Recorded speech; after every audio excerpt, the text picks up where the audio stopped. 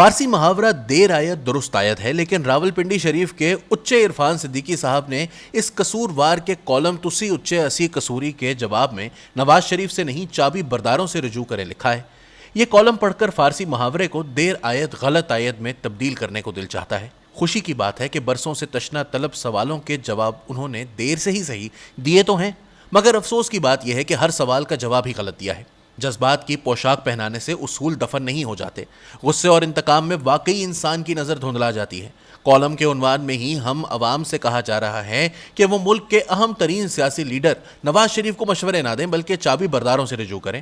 گویا عوام اپنے لیڈروں نواز شریف، عمران خان، بلاول بھٹو کو نہ مشورے دیں نہ تجاویز دیں، بلکہ آئینی طور پر جس مقتدرہ کا سیاست میں کوئی کردار ہی نہیں، سیاسی معاملات میں اس سے رجوع کریں۔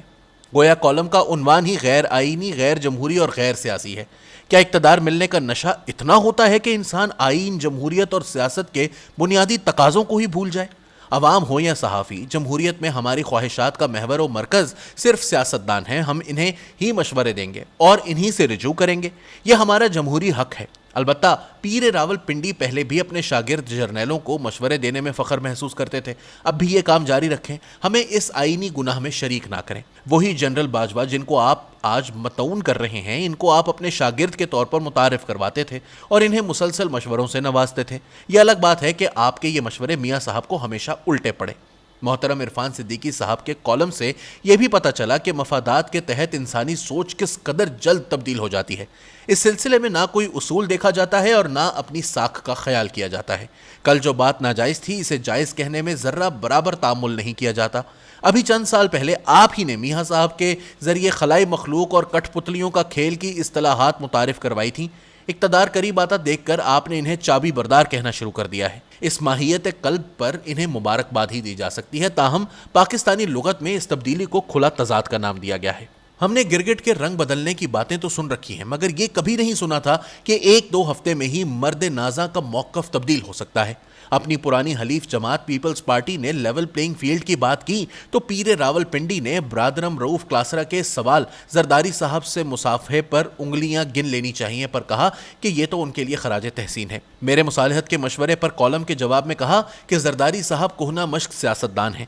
اس زبانی مشق کے ساتھ جب نون لیگ کے اتحاد کا اعلان ہوا تو انہوں نے اپنے کالم میں لکھا کہ پیپلز پارٹی کے لیے سندھ کی زمین اتھل پتھل ہو رہی ہے اور بلاول کے وزیر اعظم بننے کی خواہش کو بھی ہدف تنقید بنایا۔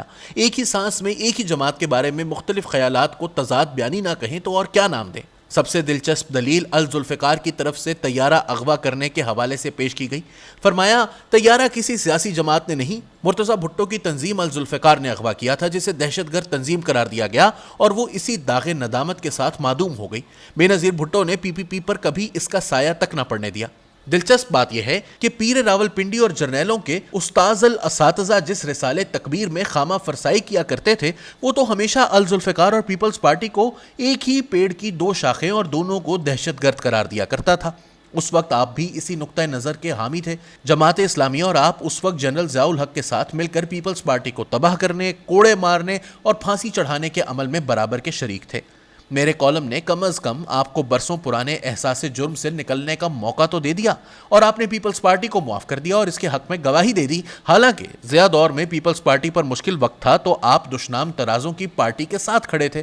برسوں بعد آپ کی سوچ میں خود تبدیلی آئی ہے تو آپ کو چاہیے کہ کم از کم اپنے ماضی کے نظریات سے اعلانیہ برات کا اظہار کریں۔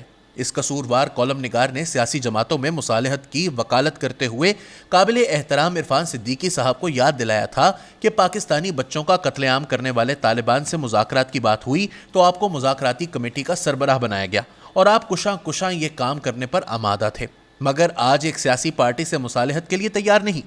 قبلہ عرفان صدیقی صاحب نے جواباً کہا طالبان سے مذاکرات ایسے ہی تھے جیسے کسی خودسر باغی جتھے سے کیے جاتے ہیں۔ ان کی سوچ میں طالبان کے حوالے سے تبدیلی خوش آئند ہے، وگرنہ ان کے ماضی کے کالم گواہ ہیں کہ وہ طالبان اور ان کی سوچ کے ساتھ کھڑے رہے۔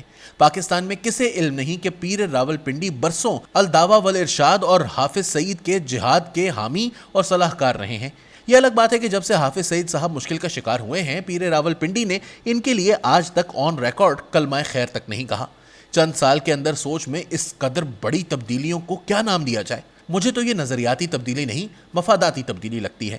ہماری ہرما نصیبی یہ ہے کہ ہمارے لیڈروں کو ایسے خوشامد پرست مل جاتے ہیں جو ان کو اچھے مشوروں سے دور کر دیتے ہیں، اور انہیں صرف وہی مشورے دیے جاتے ہیں جو ان کے وقتی مفادات میں ہوتے ہیں۔ حالانکہ اچھے مشیر کا کام ہوتا ہے کہ وہ اصول پر مبنی مشورہ دے، مفاد پر مبنی نہیں۔